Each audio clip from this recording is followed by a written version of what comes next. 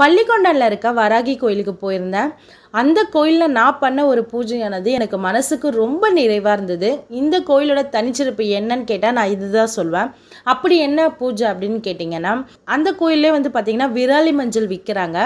அந்த விராலி மஞ்சளை வாங்கி அங்கே தட்டு அம்மி எல்லாமே பார்த்திங்கன்னா ரெடி பண்ணி வச்சுருக்காங்க. நம்ம தட்டில் ஒரு 10 நிமிஷம் அதை தண்ணி போட்டு ஊற வச்சுட்டு அதன் பிறகு அதை எடுத்து நல்லா மைய அரைச்சி அந்த அரைச்ச மஞ்சளை எடுத்துக்கணும். இதுக்கு முன்னாடி யாருன்னா பூஜை பண்ணிட்டு போயிருப்பாங்க.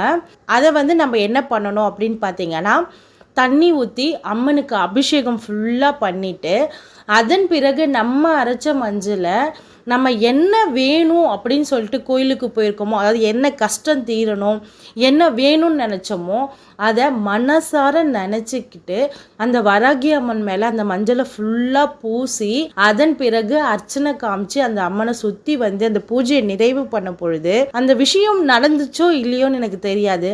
ஆனால் நான் மனசு நிறைவாக இந்த பூஜை செஞ்சு முடிக்கும் பொழுது என்னோட மனசில் இருந்த கஷ்டம் எல்லாம் பார்த்தீங்கன்னா காணாமல் போயிடுச்சு. ஒரு மன நிறைவாக, அதாவது கோயிலுக்கு போயிட்டு வந்தால் மன நிறைவு கிடைக்கும்னு சொல்லுவாங்க இல்லையா, அந்த மன நிறைவானது இந்த பூஜை பண்ணும்போது எனக்கு கிடைச்சிச்சு. நீங்கள் வேலூர் பக்கத்தில் இருந்தீங்கன்னா கண்டிப்பாக இந்த பள்ளிக்கொண்டானில் இருக்க வராகி அம்மனை போய் விசிட் பண்ணி பாருங்கள். ரொம்பவே அற்புதமாக இருந்துச்சு. தேங்க்ஸ் ஃபார் வாட்சிங்.